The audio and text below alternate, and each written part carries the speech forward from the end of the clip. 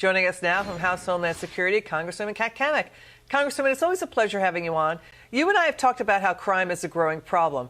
This story coming out of Las Vegas, that elected official, Clark County Public Administrator Robert Tellis, he's charged with murder. He murdered, allegedly, investigative reporter Jeff German, who was writing negative stories about him. But he gets to keep his $130,000 a year salary, his job, while he sits in jail. Your take on this story? Well, it's good to see you, Liz. And again, just another example of how liberal policies and the double set of standard exists in this country to the detriment of the American people. And in this case, you have an elected official who is still collecting a taxpayer-funded salary and benefit while standing trial for murder. This is absurd. And just another example in a very long line that we can point out of where this double standard exists. Crime across the country has been skyrocketing.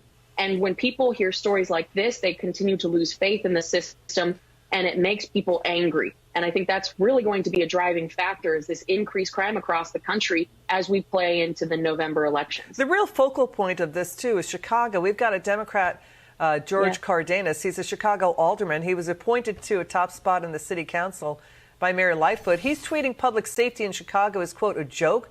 He's saying, why bother calling the police? He had retweeted surveillance video that shows a serial armed robbery team mugging a man at gunpoint in Wicker Park. A Chicago police supervisor ordered the cops to stand down, do not chase the suspects under Chicago's new rules. And since then, Congresswoman, at least 16 more robberies have been reported. Well, and to your point, there's also, along with that, a record number of officers and dispatchers that are retiring or leaving outright because they are not allowed to do the job that they signed up for. And, you know, when the Democrats are chiming in saying, you know, we actually need to fund the police, we need to actually support law enforcement, we need to uphold the law. When you have people who have been on the defund police train now switch their tune over to, hey, we actually ought to do something, that is very, very telling about the state of affairs. And no longer can the mayor ignore her disastrous policies. There's actually a count, a tracker of how many dozens of people are injured, shot, and murdered each weekend in Chicago. That right there is very telling, and again points to the fact that most of the crimes that are being committed, they're not being prosecuted, they're not being investigated, no one's being held accountable, certainly not the elected officials. And when you look at the weapons that are used, they are illegal. That means that all of these gun control measures, including the story that you just were covering about the now purchasing the tracking through Visa and MasterCard and others, that's not going to drive down homicides. That's not going to keep our streets safer. It's this vicious cycle. You talked about defund the police. The city of Seattle defunded their police, right? They're losing police officers amid a major spike in crime.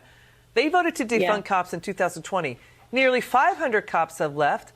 They have 11 homicides in August, the deadliest month on record since that goes back to 2008. It's going to take a decade to get back up to the 1,500 cops they need. They have about 877 now.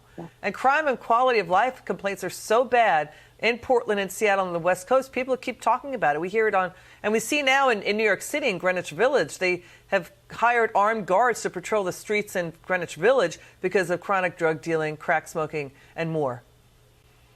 Exactly. I mean, and this really could, just taking a step back, you could look at this through the lens of a tale of two states. You know, in Florida, Governor Ron DeSantis, we reward our first responders, our law enforcement officers. Just this week, he was bonusing $1,000 to every single first responder and law enforcement officer, praising them, thanking them, showing how grateful we are for their service. Where in other cities, they're defunding them, and they're criminalizing them, and they're penalizing them, and that's why we're seeing this crime wave around the country. Got it. Congresswoman Cammack, thanks for joining us.